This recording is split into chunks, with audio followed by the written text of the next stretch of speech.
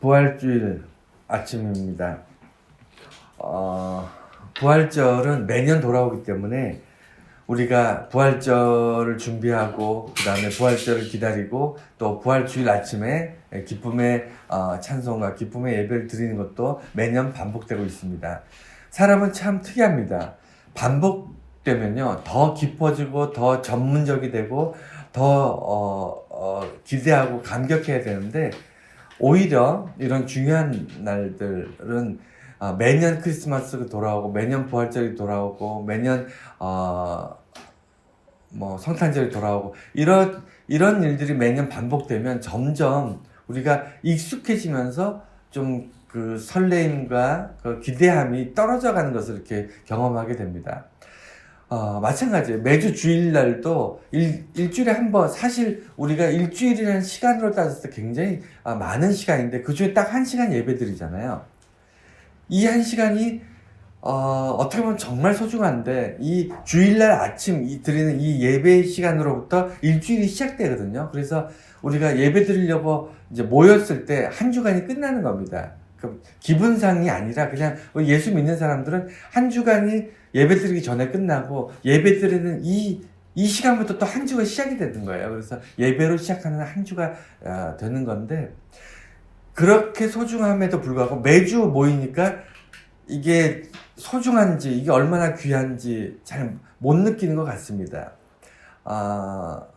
그게 뭐 편하기도 하고 또 여러 가지 우리가 이제 아까 말씀드린 것처럼 반복되다 보면 더 기대하고 더 강화되는 것이 아니라 이제 점점 느슨해지는 그런 우리들 자신을 보게 됩니다.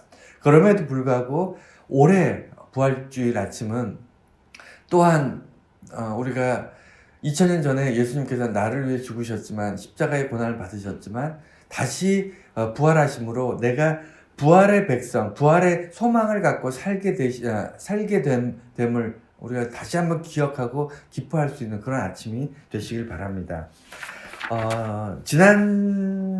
예전에도 여러 번 말씀드렸습니다만 우리나라 주보에 나와 있는 순서 전에 제가 잠깐 서론을 좀 말씀드리고 주보의 순서대로 이제 설교를 할 텐데 우리나라에 들어온 기독교는 미국에서 들어왔어요.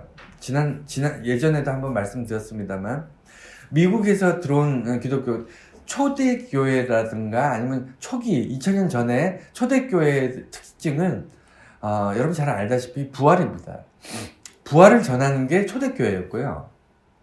그 다음에 유럽에서 기독교가 번성할 때는 문화적인 부분들이 굉장히 많았어요. 철학이라든가 뭐 여러 가지 예술이라든가 이런 어떤 문화적인 그래서 로마를 비롯해서 국교로 기독교가 정해지면서 교회 중심적인 지금으로 얘기하면 이제 카톨릭 중심적인 그런 문화와 이런 것들이 유럽의 기독교의 어떤 성향이었다면 미국으로 넘어가면서 그러니까 미국은 개척으로 이루어진 나라잖아요. 영국에서 넘어온 청교도들에 의해서 미국이라는 나라는 말이 좋아서 개척이지 사실은 이게 전쟁이었습니다. 원래 살던 아메리칸 인디안들을 쫓아내고 미국이 건립이 되잖아요. 그 과정 중에 정말 많은 피를 흘렸거든요.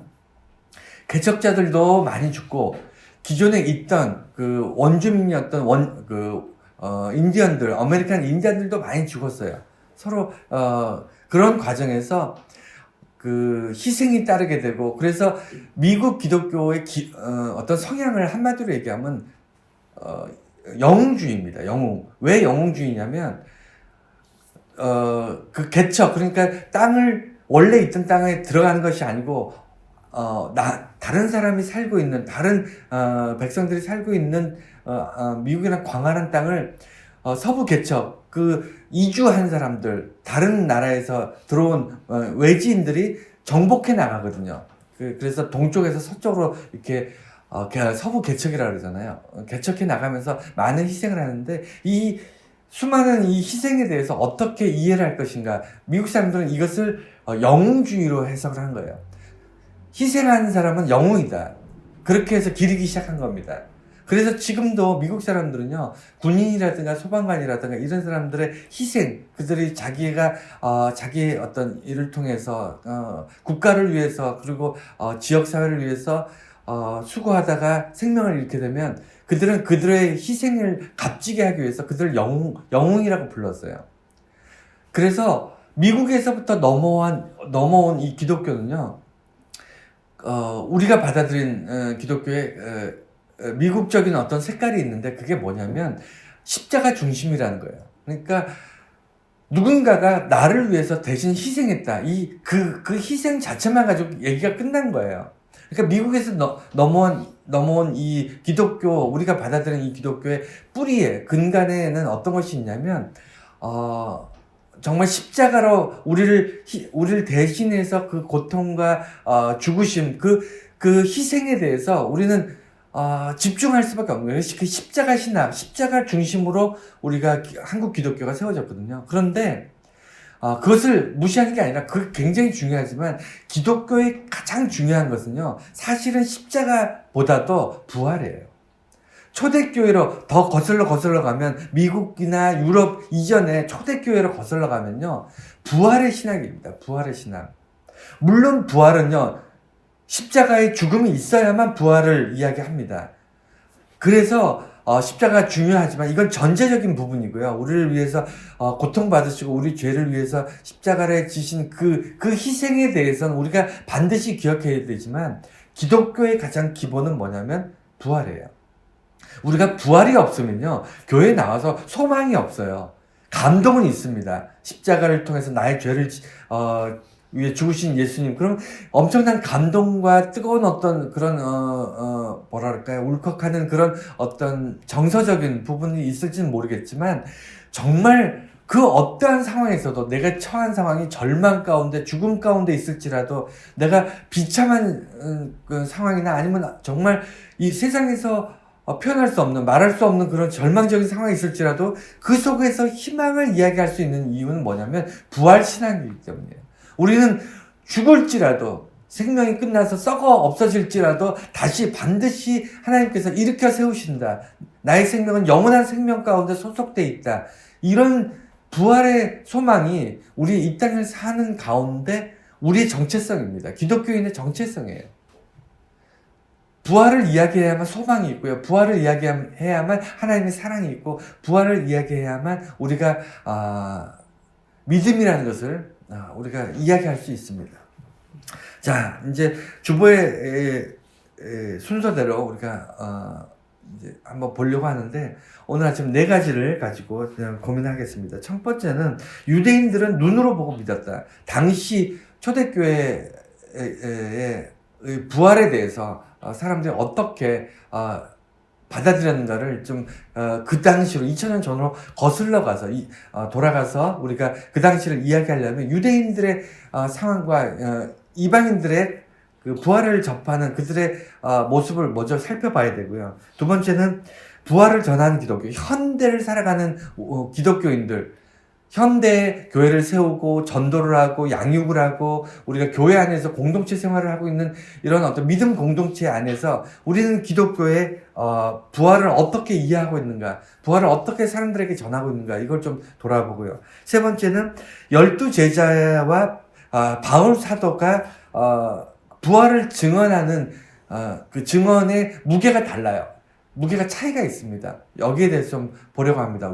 왜냐면 우리가 12제자들처럼 부활을 전하는 게 아니고요. 사실은 사도 바울처럼 부활을 이해하고 사도 바울처럼 전해야 되기 때문에 이 차이를 좀 우리가 살펴보려고 합니다. 그리고 마지막으로 4번째는 우리가 믿어야 하는 부활. 우리는 매년 1년에 한 번씩 부활절을 맞이하지만 우리가 성탄절도 마찬가지고 추수감사절도 마찬가지고 교회 모든 절기가 1년에 한 번씩 돌아오는데 이거를 1년에 한 번씩 오니까 잘 실감을 하지 못하고 있어요. 하지만 다른 절기도 중요하지만 부활절은요, 부활주일을 맞고 나면 제가 아까 말씀드렸죠. 그 주일이라는 것이 그게 시작이고요. 그 다음에 주일 예배 시작으로부터 일주일이 시작돼서 일주일을 살고 그 다음 주일날 예배 드리기 바로 전에 일주일이 끝난다고요. 일주일이 끝나고 다시 예배드리는 순간 이제 일주일이 시작되는데 부활주일도 마찬가지예요. 우리가 이 땅에서 살면서 힘듭니다.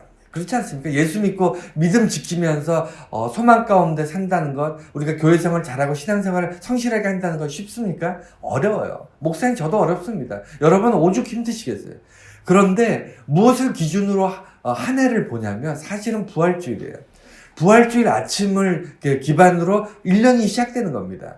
새해 첫날 송구영신이 사실 아니에요. 그거는 우리가 정해놓은 어떤 횟수로 그렇고 사실은 기독교 어떤 이런 전통이나 기독교의 어떤 정신을 기준으로 했을 때 봤을 때는 사실 1년을 돌아갈 때 부활주일 첫 예배가 1년의 시작이라고 보시면 돼요. 그래서 한 해를 살고요. 부활의 마음으로 하루하루 살고, 한 주 한 주로 살다가, 1년을 보내고, 부활주일, 이제, 부활절이 있기 바로 전에 이제 고난주간이잖아요. 고난주간을 통해서 한 해를 이렇게 정리하는 겁니다. 그리고 부활절 아침에 기쁨으로 찬송하면서 또 한 해가 시작이 된다고 저는 개인적으로 그렇게 생각을 하고 있습니다.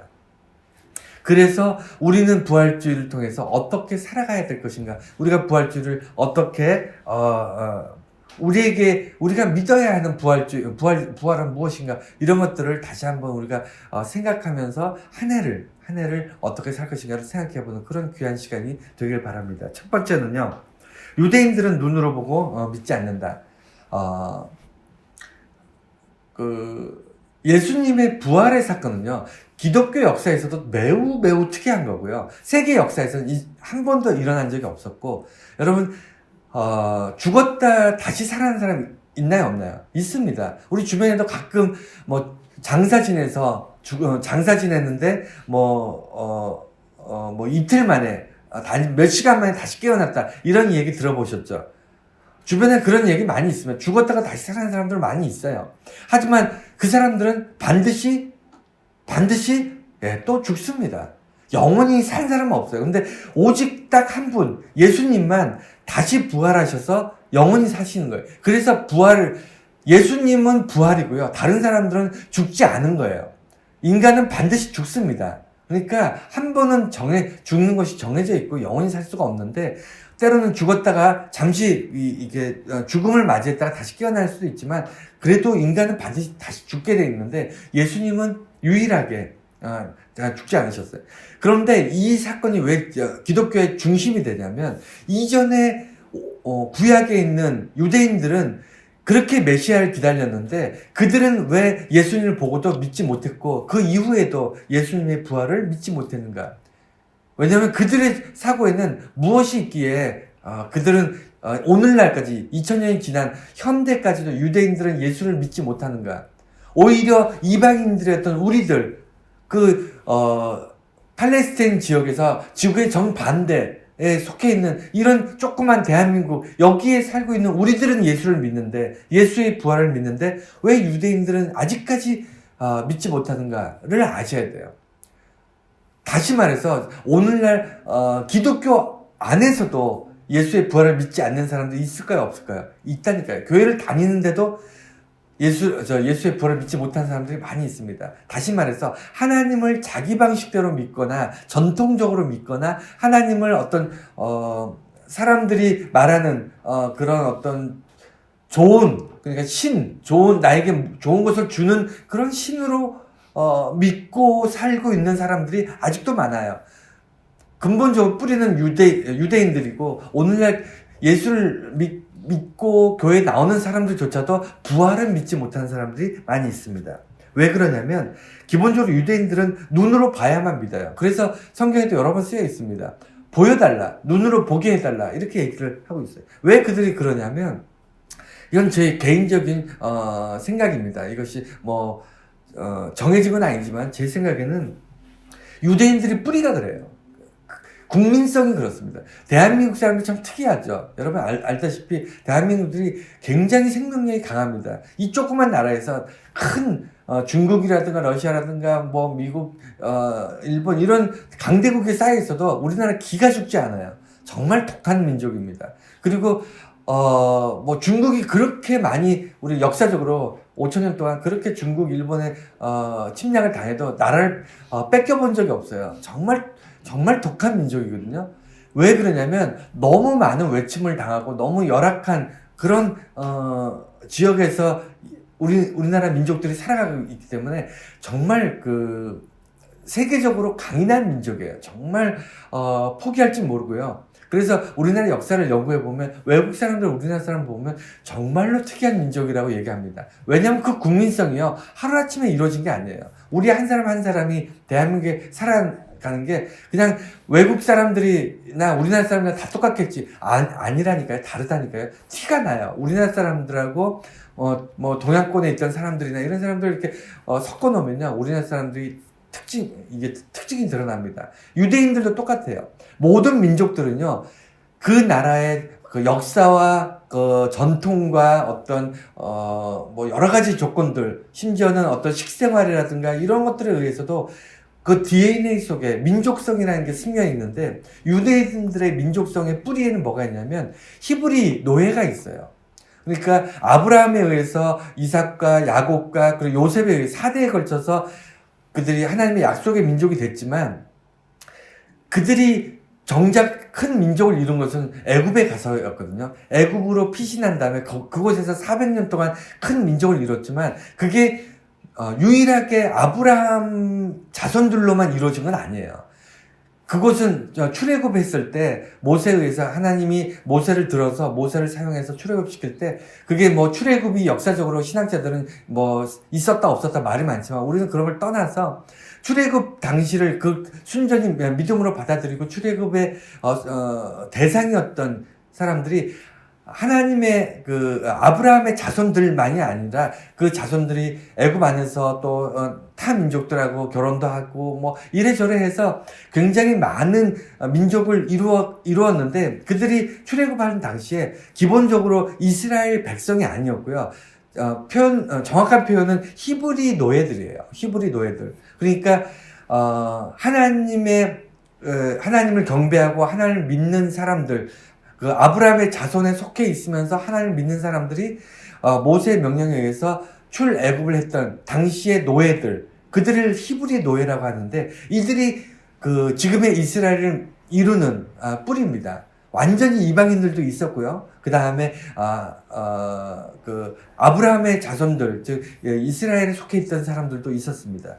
하여튼 이들은 기본적으로 어떤 사람들이었냐면 노예라는 거예요. 이스라엘이 하나님께서 선택한 정말 자유롭고 그 다음에 강인한 그런 어떤 민족이 아니라 철저하게 노예 근성을 가지고 있는 민족들을 들어서 하나님이 뭐라 그럴까요? 자유로운 그런 이 민족을 만드셨는데 그 과정에서 히브리 노예들은요 믿지를 못합니다. 여러분 그 노예로 살게 되면요 누구를 믿을 수 있을 것 같으세요? 저는 그렇지 않다고 생각합니다. 뭐냐면 이스라엘 백성들은 기본적으로 믿음이 없어요. 믿음이 없어. 왜냐면 주인이 노예에게 뭔가 약속한 다음에 반드시 지킬까요?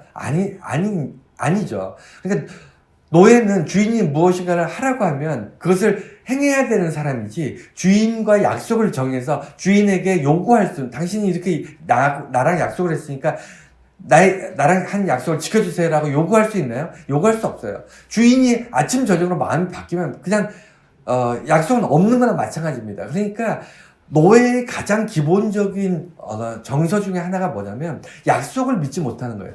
그래서 이스라엘 백성들은 히브리 노예들, 히브리 사람들의 기본적인 그 구약의 성향이 뭐냐면 왜 맨날 하나님께 욕먹고 이렇게 혼나면서 그 민족들이 역사를 이어가고 있냐면 이들이 기본적으로 믿음이 없어요.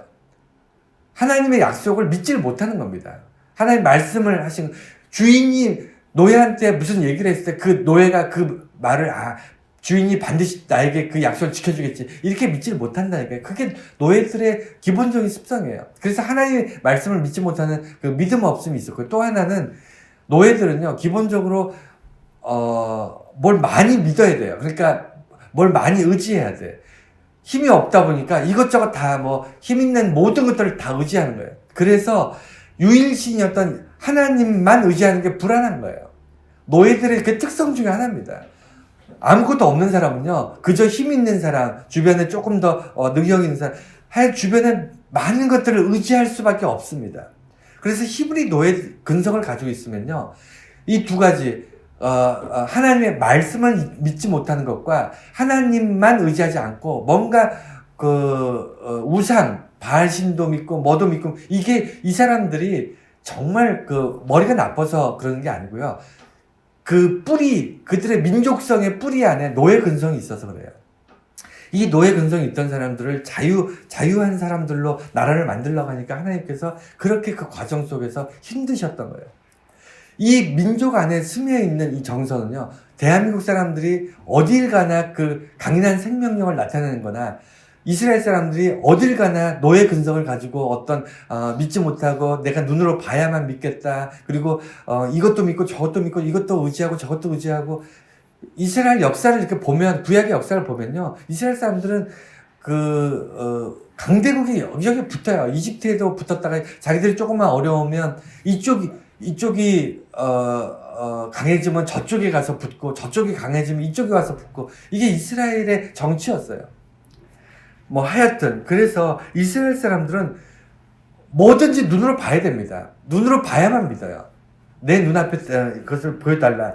이것이 장점일 수도 있지만 치명적인 단점이 뭐냐면 기독교는 다 눈으로 보여주지 않습니다.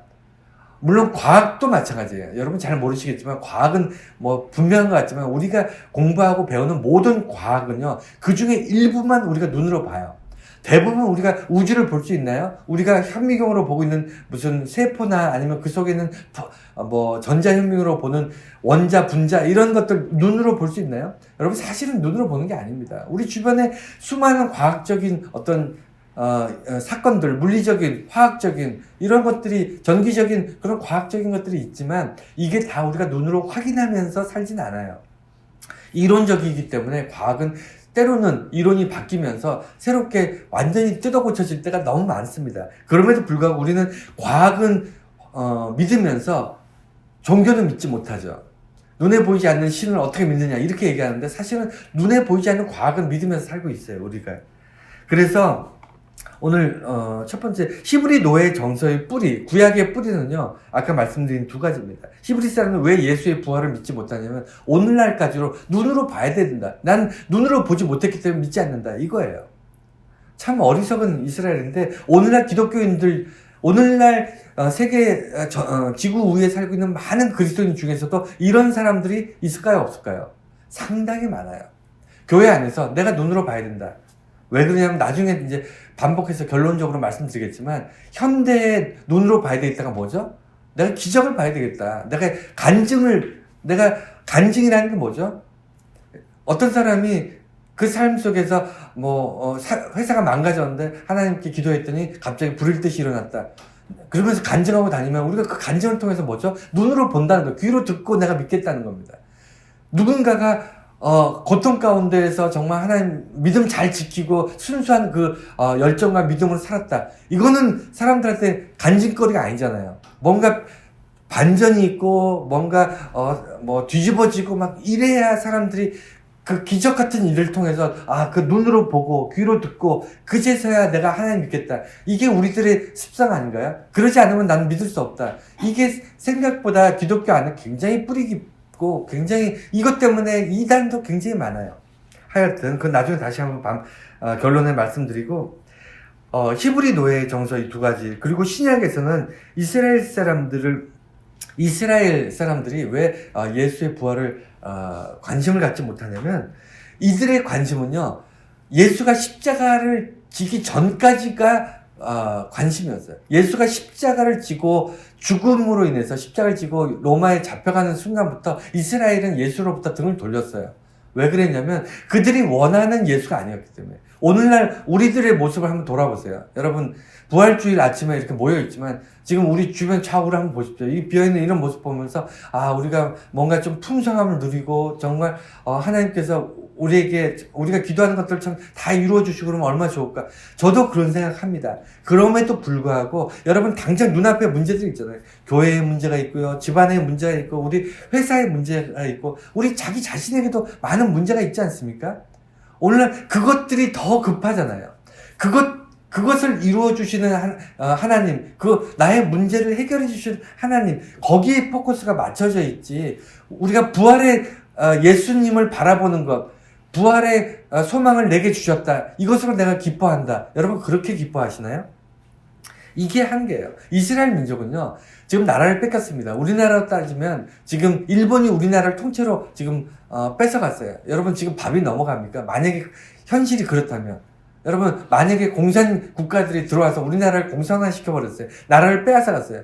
중국이 우리나라에 침입해서 우리나라가 중국이 돼버렸어요. 일본이 쳐들어와서 우리나라 일본이 되고 러시아가 쳐들어와서 우리나라가 대한민국이 사라지고 이 땅이 러시아가 됐다고 생각해보세요. 여러분 밥이 넘어갑니까? 여러분 잠이 옵니까? 여러분 지금 당장 뭘 해야 되죠? 나라를 빼앗겼는데 독립운동 해야 되지 않습니까? 나라를 되찾고 나서 뭘 해야 되잖아요. 이스라엘이 지금 그래요.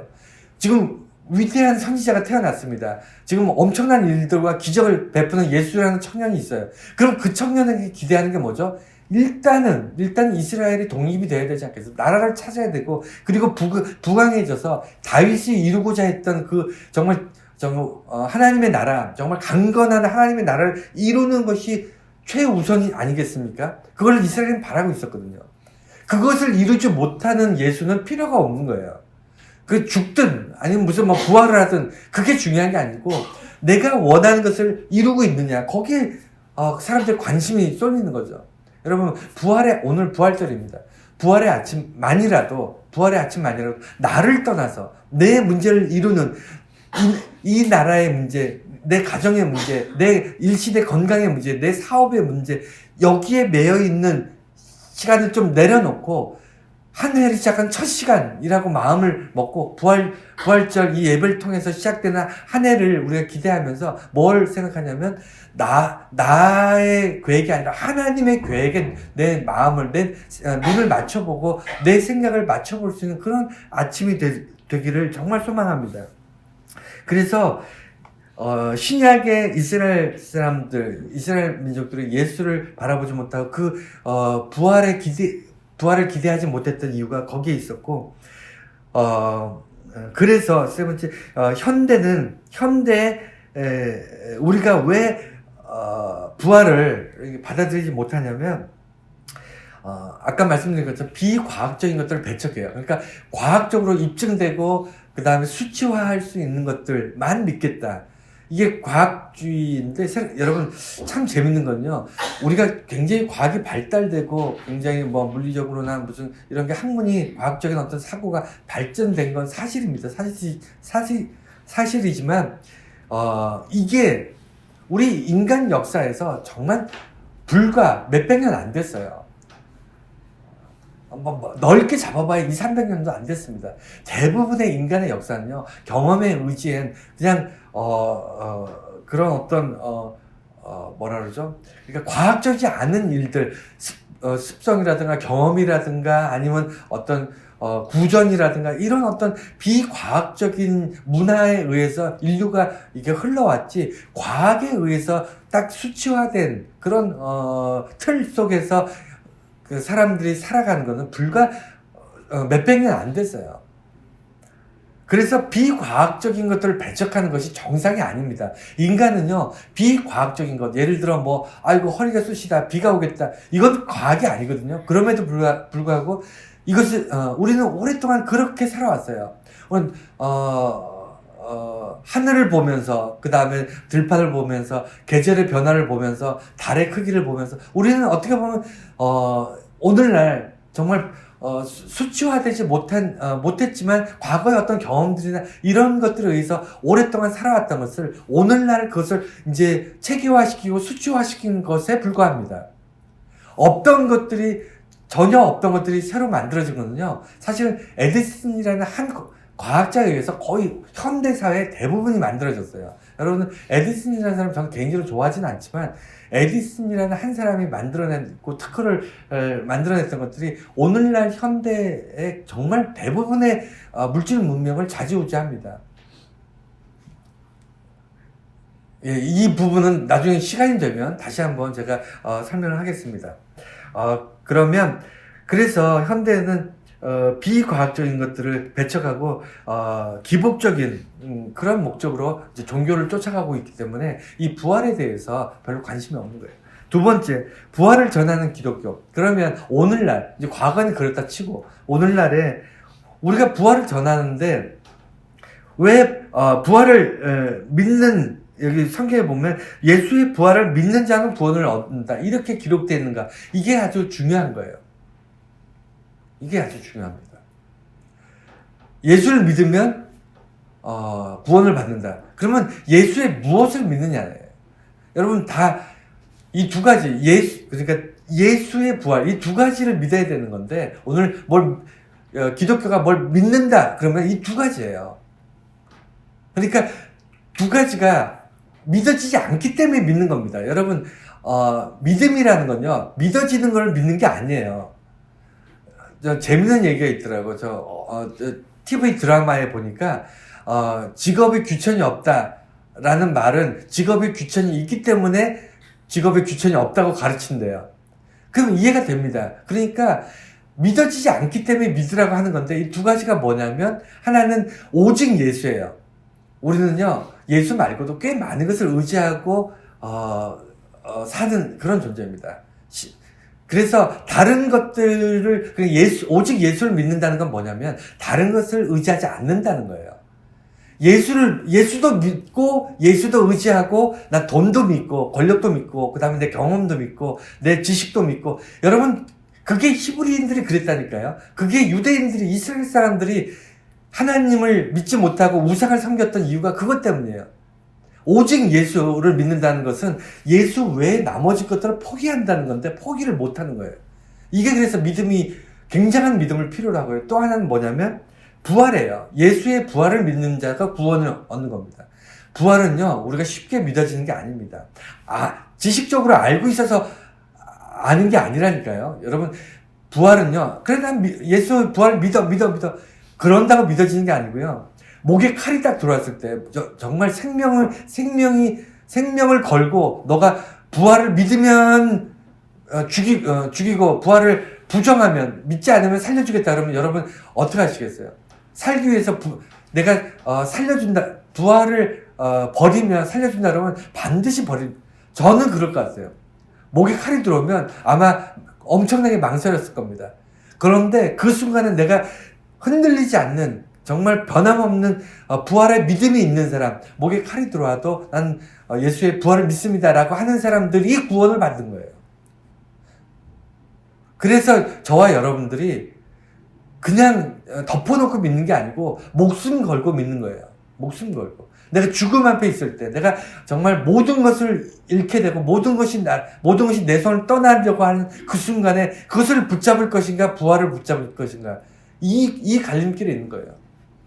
저는 목사가 되려고 할 때 이걸 결정한 겁니다. 내가 모든 것을 잃더라도 부활을 붙잡겠다. 그래서 목사가 될 수 있었어요. 구원받는다는 것은 그렇게 어쩌다가 구원받았다가 아니에요. 어쩌다가 교회를 오니까 내가 어쩌다가 친구 통해서 아니면 주변에 전도를 통해서 교회에 와서 앉아서 뭐 1년, 2년, 5년, 10년을 지내다 보니까 자연스럽게 기독교 문화가 내 몸에 들어오고 내가 열심히 기도도 하고 내가 빠지지 않고 교회도 오고 그럼 구원받은 백성이고 내가 천국 가겠지가 아니고요. 내가 부활을 믿고 있는가를 자꾸 점검하셔야 돼요. 내가 부활을 놓치는 순간 모든 것과 나의 인생의 모든 것과 부활 두 개를 양자택일할 때 내가 부활을 선택하고 있는가, 그걸 항상 점검하셔야 됩니다. 예수의 부활을 믿는 자가 구원을 받는다고 되어 있어요. 이게 기독교의 기본입니다.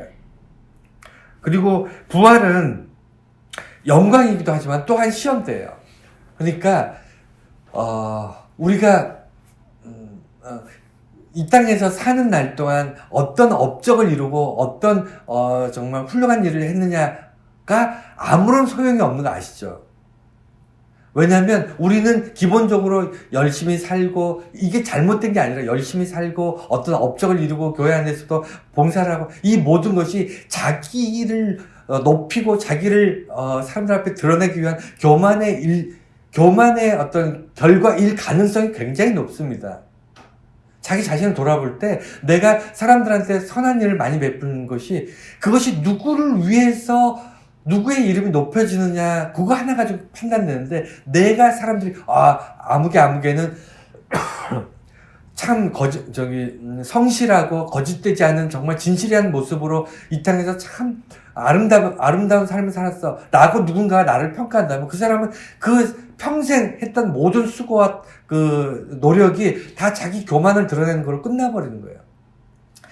아무도 몰라야 돼요. 내가 선한 일을 했을 때, 내가 정말 영광을 돌렸을 때 오직 하나님만 보시고 기억하는 그런 인생을 사는 것이, 그것이 올바른 정말 하나님께 칭찬받을 일인데, 우리는 그렇게 살지 않습니다. 우리 그렇게 살지 않아요. 저와 여러분들이 뭐 하나 할 때 티나게 하려고 하잖아요. 좋은 일 할 때 뭔가 티나게 하려고 그러지 않습니까? 보이지 않게 오직 하나님만이 나를 보십니다라고 우리가 그러면서 선한 일을 하지 않잖아요. 그래서 우리가 살면서 나를 증명할 수 있는 것, 내가 이 땅에서 살면서 살아왔던 것들을 통해서 이 땅에서 죽고 하나님 앞에 딱 갔을 때, 내가 이 땅에서 살면서 이런 좋은 일들을 많이 했습니다라고 하나님께 이렇게 고하고 하나님께 칭찬받는 것이 아니고요. 그게 우리 삶의 어떤 하나님 앞에서 칭찬받는 삶이 아니고요. 하나님께서 우리를 보시고 칭찬하시는 게 뭐냐면, 너가 이 땅에서, 그러니까 하나님께서 우리에게 말씀하시길, 너가 살아있는 동안, 이 땅에서 생명을 가지고 이 땅에서 살아있는 동안 변함없이 부활을 믿고 예수의 제자로서, 하나님의 백성으로서 흔들림 없이 정말 믿음을 지키며 잘 살았구나, 이걸 칭찬하시는 거예요.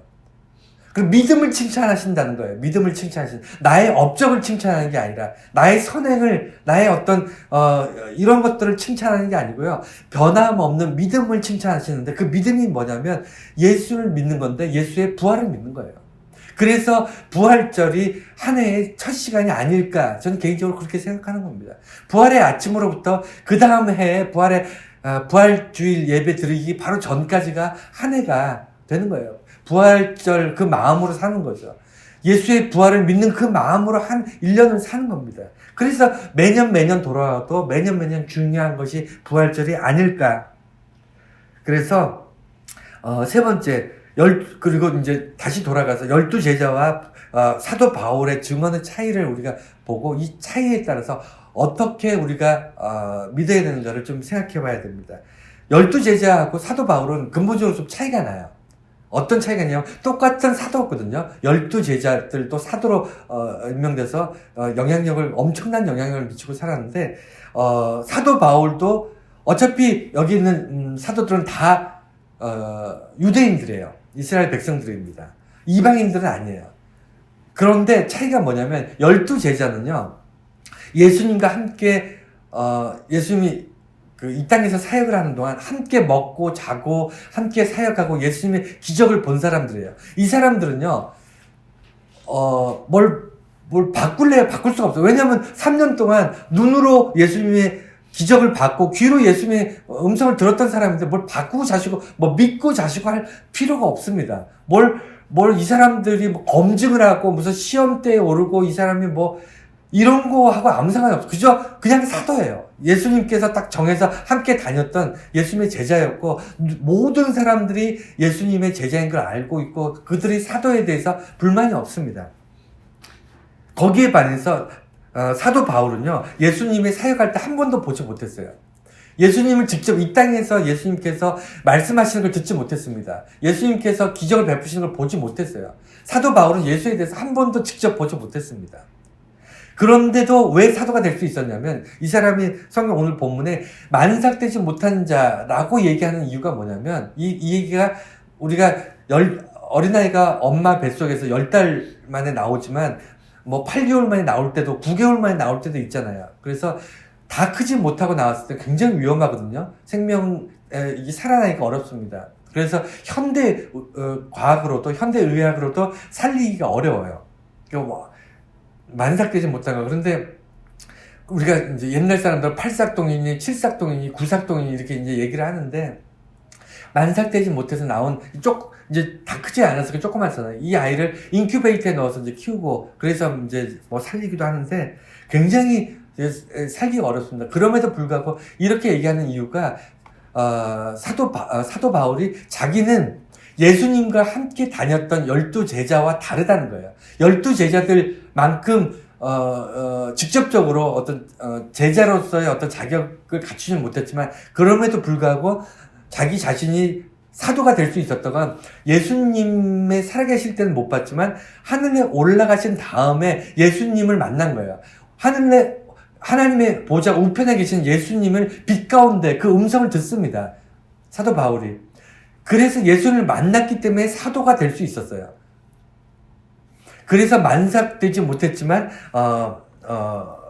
자기 자신을 만삭되지 못한 자로 이야기하는 그런 사도 바울을 우리가 이해할 수 있습니다. 그래서 사도 바울과 12제자의 가장 큰 차이는 직접적으로 이 땅에 있는 동안 보지 못했다는 것, 그리고 이 땅에 있는 동안 봤다는 것, 그 차이가 있고, 두 번째는 하늘 올라가시기 전에 부활의 예수님을 보지는 못했지만 이후에 하늘 보좌에서 음성을 직접적으로 듣고 그 명령을 받았어요. 그러니까 12사도가 됐고, 원래 12사도가 바울을 포함해서 전부 순교했거든요. 이 사람들이 잘 먹고 잘 살 수 있었어요. 어떻게 보면 좀 멀찍이 떠나가서 교회를 짓고 사람들로부터 헌금 받으면서 대접 받으면서 그다음에 존경 받으면서 잘 먹고 잘 살 수 있었는데, 이들이 예수를 전하는 게 굉장히 당시에 위험했음에도 불구하고 최일선에 나가서 예수를 전하다가 잡혀서 다 순교합니다. 다 순교해요. 모든 제자가. 근데 왜 순교할 때까지 전할 수밖에 없었냐면 예수님으로부터 명령을 받았기 때문이에요. 직접적으로 예수님께서 12제자들에게 너희들이 나가서 나의 복음을 전하라고 명령을 직접적으로 들었고요. 사도 바울도 예수님께서 복음을 전하도록 명령하셨기 때문에 그가 피할 수가 없었고 거부할 수가 없었던 거예요. 그래서 비록 직접적으로 보지 못했지만 하늘 보좌에 계신 예수의 음성을 듣고 그 사명을 받고 났기 때문에 나서 이제 바울과 12제자는 동시에 전도하는 삶을 살게 됐는데, 현대 우리들은 12제자와 다르게 사도 바울의 입장에서 부활을 믿고 부활을 전해야 된다, 복음을 받아들여야 된다. 이 얘기가 뭐냐면, 여러분, 유대인들처럼 보고 믿으려고 하시면 안 된다는 거예요. 보고 믿으려고 하면, 여러분, 지금도 매주 정말 하나님 보여주세요. 내 눈앞에 하나님의 옷자락을 보여주세요. 하나님, 내가 기도하는 것을 다 이루심으로 내가 기적을 보면서 내가 하나님 믿게 해주세요. 이렇게 신앙생활을 하면요 반드시 실족합니다. 유대인들이 오늘날까지 예수를 못 믿는다니까요. 2000년이 지났는데도 전 세계 수많은 민족들, 세계 끝까지, 열방의 끝까지 복음이 전해서 예수를 믿고 교회가 세워지는데도 정작 예수님께서 태어나시고 십자가 지시고 부활하셨던 그 땅, 팔레스틴 지역, 이스라엘은 이 유대인들은 안 믿어요. 안 믿어. 왜? 복음 믿으려고 하니까. 여러분, 오늘날도 예수 믿는 사람들이 뭔가 표적을 보여주세요. 뭔가 믿을 만한 뭔가를 보여주세요. 이렇게 믿으면요, 여러분 계속 그 선을 못 넘는 거예요. 넘어서지를 못합니다.